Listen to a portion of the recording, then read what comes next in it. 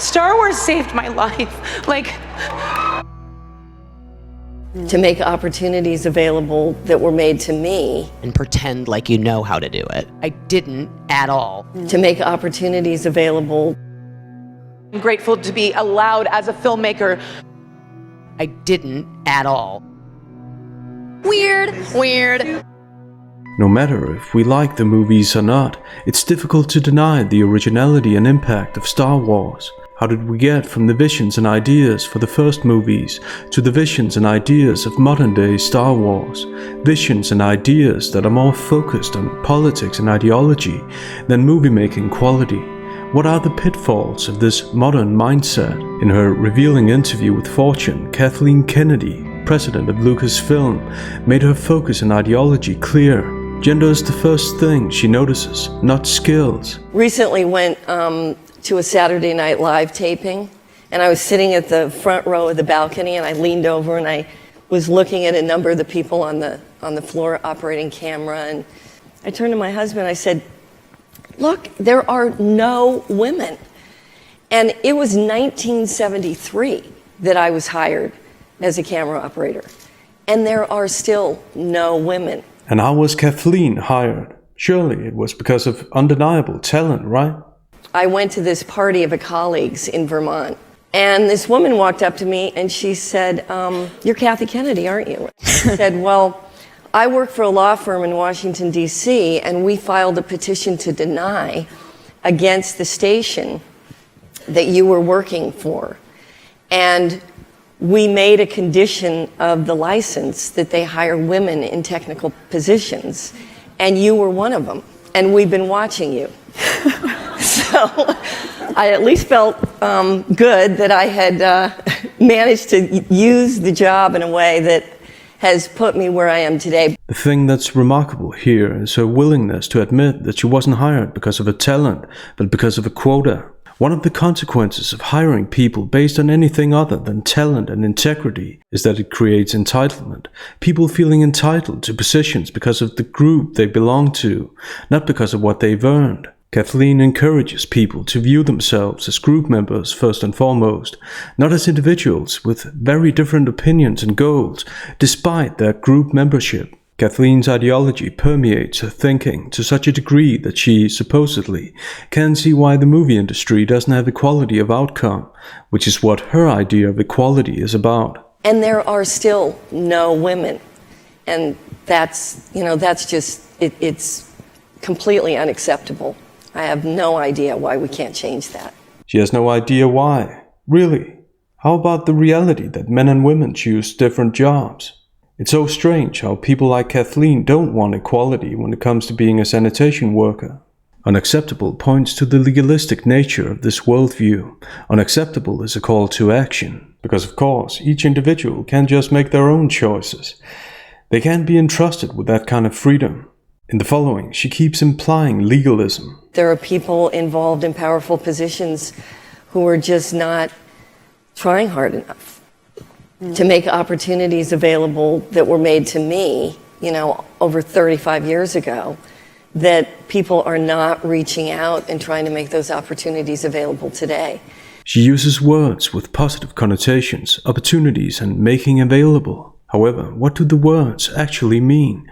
What is she actually referring to? She's referring to privileges, that certain privileges should be made available to certain groups of people at the expense of other groups of people, the same way she was given privileges. Can you talk about what you're doing today, not only hiring women at Lucasfilm, but also in producing the new Star Wars episode, what you've done to instill more strong Well, one of the characters. things, the fact that the company was bought by the Walt Disney Company has been amazing because they very much support the fact that we are trying to grow in the workforce a number of women in executive positions and in all positions inside the company, and with the movies that we're making and with the protagonists that we're putting in the stories. So I get a huge amount of support with that. But we have 50% of our executive team are women. Mm-hmm. And 6 out of 8 of the people in my story group are women. And I'm sure there's a lot of people that would be surprised that we're making Star Wars movies, and the majority of the people involved in the development of those stories are women. Kathleen's points have nothing to do with actual filmmaking, interesting plot lines, or talent. It all comes down to one thing: innate characteristics, what you look like, and thus which group you belong to, according to Kathleen.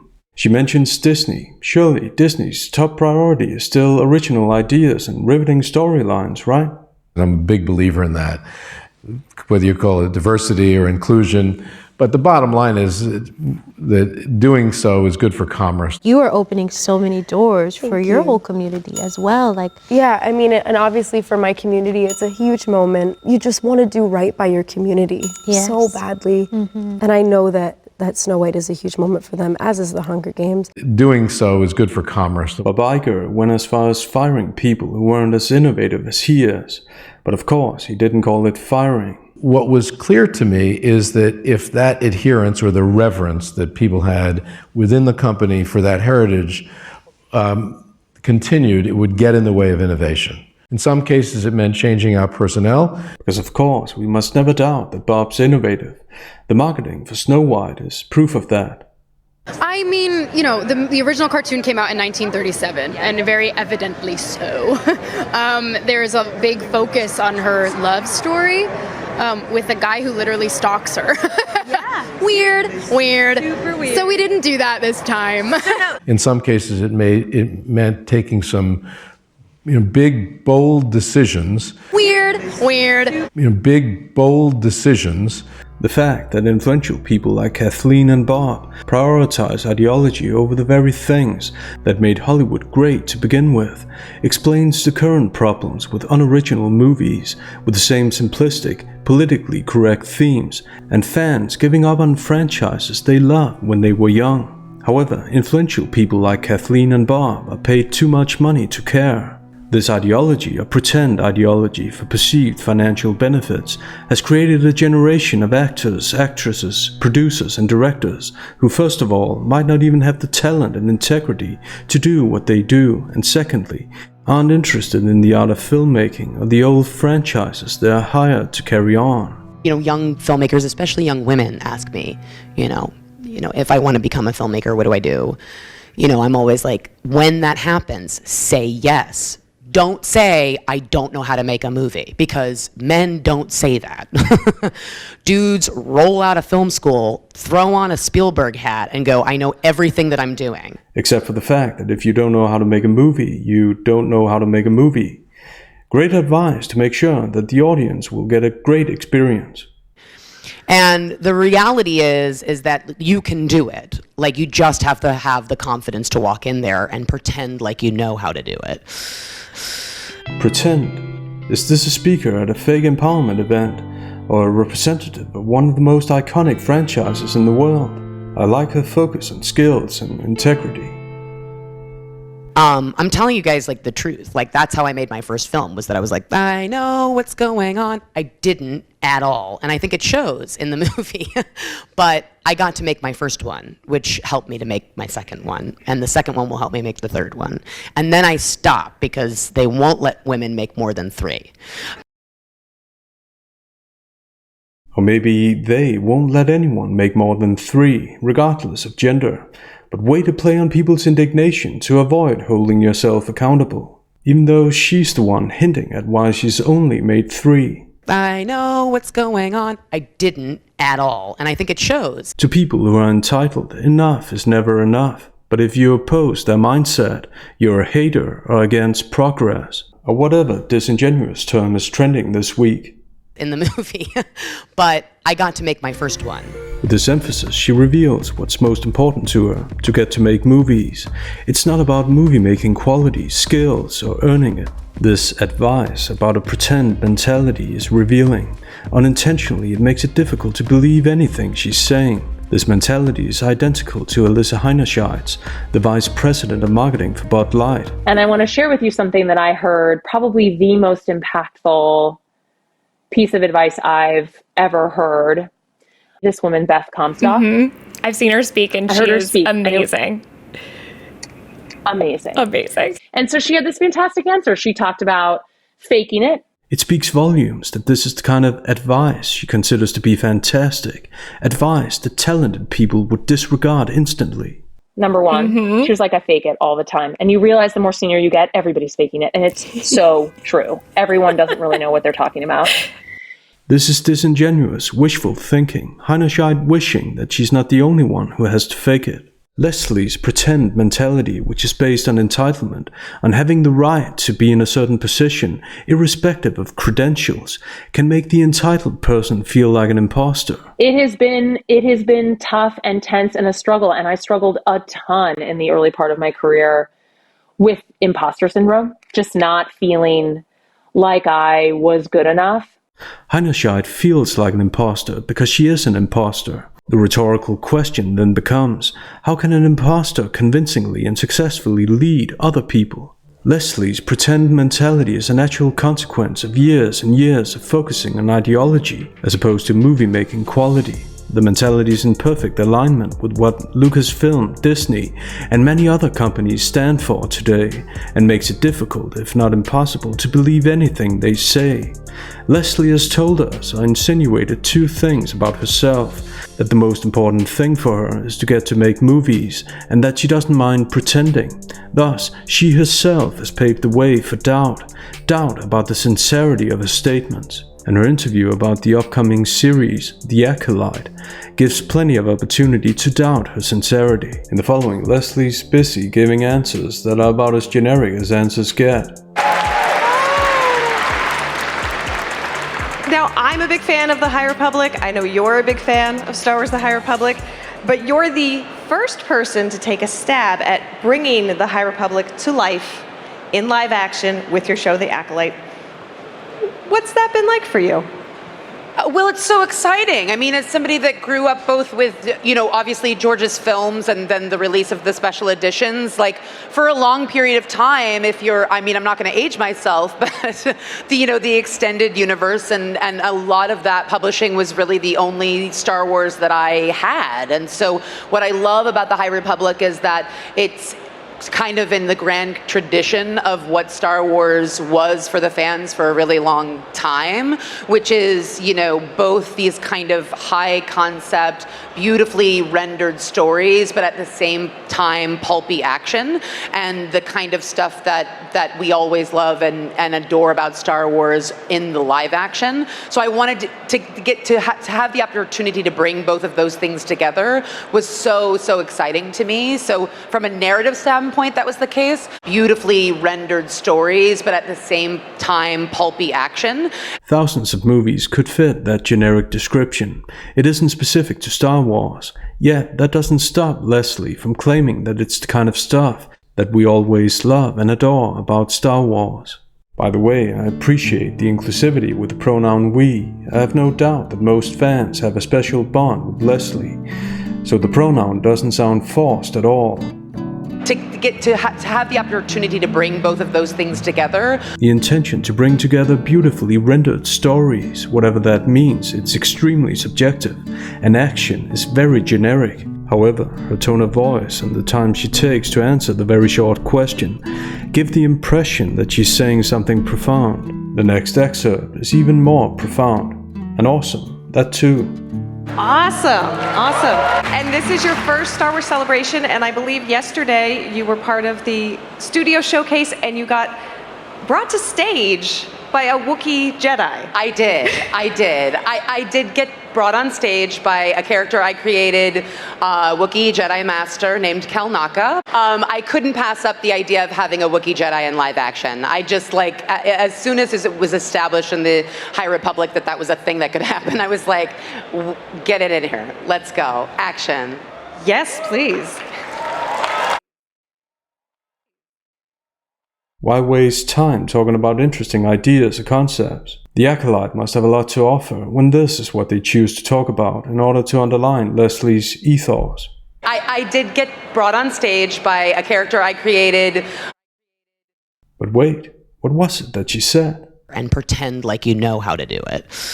I didn't at all. Too late for the ethos tactic. For contrast, this is how David Lynch talked about his movie Lost Highway from a much different era, when Hollywood was also, or maybe even mostly, about ideas. And so what does the mind do after something like that? How does the mind protect itself from that knowledge and go on? And the mind is interesting, for sure. Huge, huge stories in the mind. How does the mind trick itself so that that can be put in a place where it no longer has that, horrific power, and you go on living? Brought to stage by a Wookiee Jedi. I did. We love Wookiees, we love Jedi. You know we're gonna love a Wookiee Jedi. Seems kind of like inevitable, honestly, but yes, yeah. Yeah, absolutely. Leslye and the interviewer sure have a lot to talk about. Absolutely. In the following, the absence of ideas and bigger message is made clear. Prepare for stalling. What's different about this era that will surprise fans who maybe haven't discovered the High Republic yet? Maybe they aren't into the books and comics just yet. Maybe this is their first step into that larger world. If this were your first step, and I hope, if it were, I hope that I do the fans proud, because it is such a beautiful, rich, gorgeous world that people should be investing into as fans, especially again, as a fan myself that grew up with a lot of publishing as opposed to media, because we just didn't have any media the way that we do now. I hope that if you watch The Acolyte, it does inspire you to get further into the High Republic, and the publishing phase 1 was incredible. I think it was just astonishing. She took 30 seconds to get to that she hopes it'll make people get further into the High Republic. Sounds deep. By the way, incredible and astonishing are synonyms. That's one of the downsides to stalling. You end up with needless repetitions in order to sound assertive and profound. And the publishing phase 1 was incredible. I think it was just astonishing. It's also one of the downsides to pretending. And pretend like you know how to do it. I didn't at all. Next, she finally finds something to say or make something up. Astonishing. I think that one of the things that would be helpful to kind of put in perspective is that we're at the end of that era and moving more into George's era of the Phantom Menace. 50 seconds. So my question became, as a fan, when I initially pitched the show to Kathleen, which was an original idea with new characters and not connecting it to Skywalker Saga or any of the existing characters in the High Republic. What I wanted to introduce the fans to the concept too was, how do you reconcile the Jedi at the height of their power, the galaxy at the height of this age of enlightenment and peace, and who George says they become at the top of the Phantom Menace. And what have they become? What were the Jedis like at the height of their power? And how is any of this supposed to appeal to fans or potential fans? And to me, that meant, why don't you tell a story about Star Wars from the perspective of the villains, of the bad guys? 1 minute and 30 seconds later, Leslye finally says something substantive. I'm sure it's going to resonate with fans, new as well as old, especially because she came up with this in no time.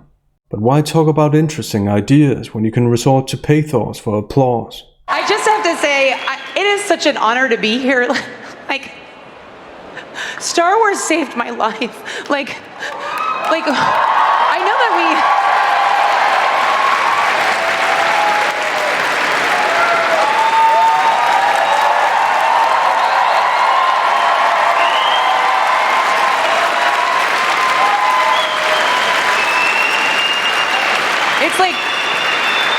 Yes, because that's how great directors and producers brand a movie, a series. They appeal to people's emotion and pity.